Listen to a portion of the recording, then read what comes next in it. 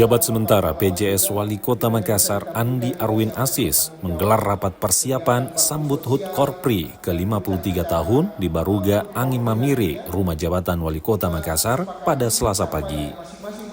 Rapat ini dipimpin langsung oleh PJS Wali Kota Makassar Andi Arwin Aziz sekaligus menjadi ketua panitia dalam rangka menyambut hari ulang tahun ke-53 Korps Pegawai Republik Indonesia Korpri yang mengusung tema Korpri untuk Indonesia. Rapat kali ini dihadiri lingkup perwakilan organisasi perangkat daerah OPD Pemprov Sulsel di tiap bidang kepanitiaan. Ketua Panitia HUT Korpri Sulsel Andi Arwin Aziz menyampaikan bahwa persiapan berbagai rangkaian kegiatan telah dirapatkan untuk menyambut HUT Korpri ke-53, khususnya di tingkat Provinsi Sulawesi Selatan.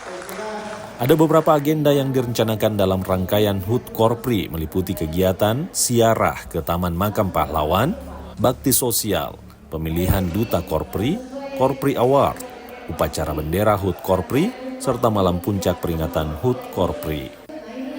Sementara itu, upacara bendera HUT Korpri nantinya akan dilaksanakan pada tanggal 29 Desember 2024 di Kabupaten Kota Sulsel.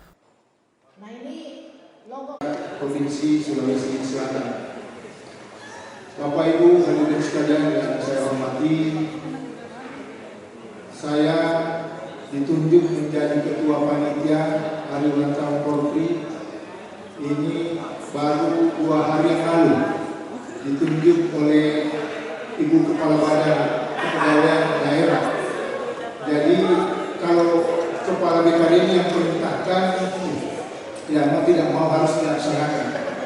Jadi saya berusaha untuk mencocokkan waktu, karena kemarin kami semua kepala daerah dikumpulkan di Bira untuk mengikuti HLM TPID.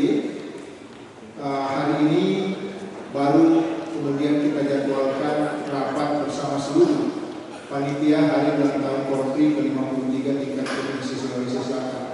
Untuk itu saya menyampaikan